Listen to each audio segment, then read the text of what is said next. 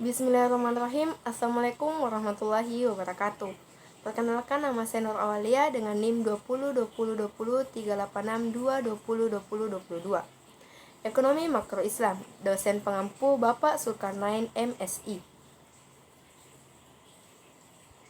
Rancang bangun ekonomi syariah. Pengertian ekonomi syariah. Ekonomi Islam atau ekonomi syariah adalah pemikiran atau konsep ekonomi yang berdasarkan pada norma-norma hukum. Prinsip ekonomi syariah, nilai universal, prinsip derivatif, akhlak. Karakteristik ekonomi syariah. Ekonomi ketuhanan, ekonomi pertengahan, dan ekonomi berkeadilan. Rancang bangun sistem ekonomi syariah. Kepemilikan dalam Islam, masalah sebagai intensif ekonomi, musyawarah sebagai prinsip pengembangan keputusan, pasar yang adil sebagai modal koordinasi pelaku ekonomi dalam Islam.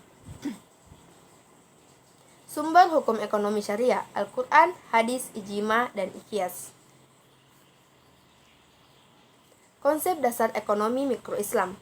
Pengertian ekonomi mikro merupakan ilmu ekonomi yang mempelajari perilaku konsumen dan perusahaan, serta menentukan harga pasar dan kuantitas barang dan jasa. Ekonomi mikro memengaruhi pengambilan keputusan dalam hal penawaran dan permintaan jasa dan barang. Sejarah perkembangan ekonomi mikro Islam. Perkembangan ekonomi Islam adalah salah satu harapan untuk mewujudkan visi Islam tersebut. Hal ini karena ekonomi Islam adalah suatu bentuk integral dalam mewadahi sebagaimana dinyatakan Masyarakat. Dua kekuatan besar yang mempengaruhi kehidupan dunia, yaitu ekonomi dan agama. Terintegrasikannya dua kekuatan ini dalam satu wadah ekonomi Islam adalah merupakan penyatuan kembali bahwa kehidupan ini berhulu dan bermuara pada satu, yaitu Allah Subhanahu wa Ta'ala. Secara prinsip, tauhid adalah menekankan kesatuan alam semesta, kesatuan kebenaran dan pengetahuan serta kesatuan hidup atas dasar dan menuju Allah Subhanahu wa Ta'ala. Dalam pemahaman Islam, seharusnya tidak ditemukan kontradiksi antara dua hal yang apalagi mempengaruhi pribadi-pribadi muslim menjadi pribadi yang pecah.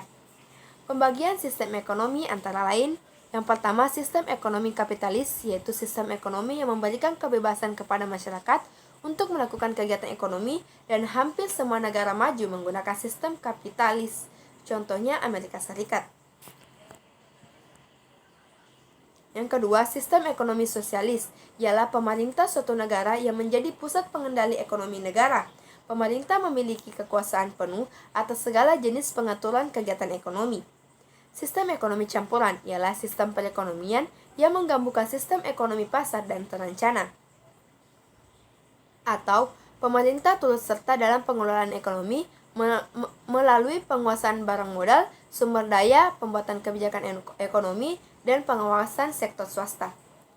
Yang keempat, sistem ekonomi Islam, yaitu sistem ekonomi yang berbasis Islam dengan landasan Al-Quran, hadis, dan ijma.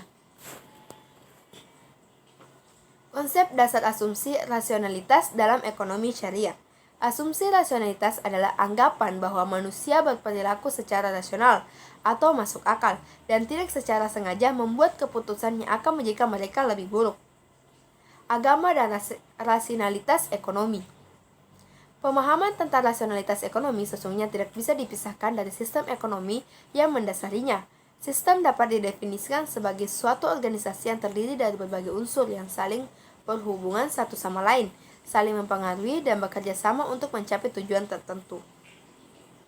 Tapi, tiap aliran agama memiliki pendekatan kajian ekonomi masing-masing sebagai penampilan yang tercermin pada tingkah laku ekonomi manusia. Kajian ilmu ekonomi pada abad pemikiran dewasa ini, The Age of Reason, mengarah kepada tidak hanya bertolak dari asas kapitalisme dan marxisme, tetapi ada asas lain yang lebih human, yakni ilmu ekonomi yang lebih terkendali dalam menjaga keselamatan seluruh umat manusia dan alam semesta. Kebutuhan manusia dan motif ekonomi. Kebutuhan primer, kebutuhan sekunder, dan kebutuhan tersier. Konsep kebutuhan dan keinginan. Islam telah membedakan antara kebutuhan dan keinginan. Kebutuhan merupakan segala sesuatu yang diperlukan kita sebagai manusia dalam menjalankan kehidupan sehari-hari. sebagai fitrah manusia, sedangkan keinginan dalam Islam dapat diartikan sebagai segala sesuatu yang berasal dari hasrat atau harapan seseorang dalam memilih untuk memperoleh kepuasannya. Adapun konsep dalam Islam dalam mengatur kebutuhan dan keinginan. Yang pertama, tidak berlebih-lebihan, tidak bermewah-mewahan, menyimbangkan antara pemasukan dan pengeluaran. Konsep konsumsi dan pemilihan dalam Islam. Prinsip dasar konsumsi Islam, konsumsi di mana terdiri dari prinsip akidah yaitu hakikat konsumsi, prinsip ilmu yaitu seseorang ketika akan mengkonsumsi tabu ilmu, dan prinsip amalia sebagai konsekuensi akidah dan ilmu yang telah diketahui tentang konsumsi Islam tersebut. Pengalokasian sumber daya dan memenuhi kebutuhan. Pada dasarnya, modal bisa dibedakan menjadi beberapa karakteristik, yaitu benda yang berwujud yang terdiri dari uang dan barang, sifat yang terdiri dari modal tetap dan modal lancar, subjek yang terdiri dari modal orang perorangan atau modal kemasyarakatan, bentuk yang terdiri dari modal konkret dan modal abstrak, sumber yang terdiri dari modal sendiri ataupun modal pinjaman. Inilah berbagai sumber daya yang bisa dimanfaatkan manusia dalam rangka memenuhi kebutuhan dan hasratnya. Beberapa di antaranya merupakan sumber daya yang terbatas jika tidak dialokasikan secara benar dan bijaksana. Konsep konsumsi dalam Islam. Teori konsumsi dalam Islam adalah menggunakan suatu kegiatan ekonomi secara tidak berlebihan yang tidak pula keterlaluan, ala kadarnya saja. Sedangkan ekonomi modern konsumsi adalah perilaku masyarakat modern dengan tujuan akhir konsumsi. Prinsip dasar konsumsi. Ada 5 prinsip dalam produksi dan konsumsi, yaitu unity, equilibrium, free will, responsibility, dan kebenaran. Norma dan etika dalam konsumsi, yaitu etika konsumsi dalam Islam, tauhid, adil, ikhtiar, amanah, halal, dan sederhana.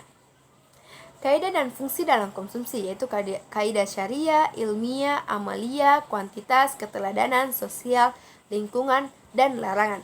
Fungsi konsumsi adalah suatu kurva yang menggambarkan sifat hubungan di antara tingkat konsumsi rumah tangga dalam perekonomian dengan pendapatan nasional, pendapatan disposable perekonomian tersebut.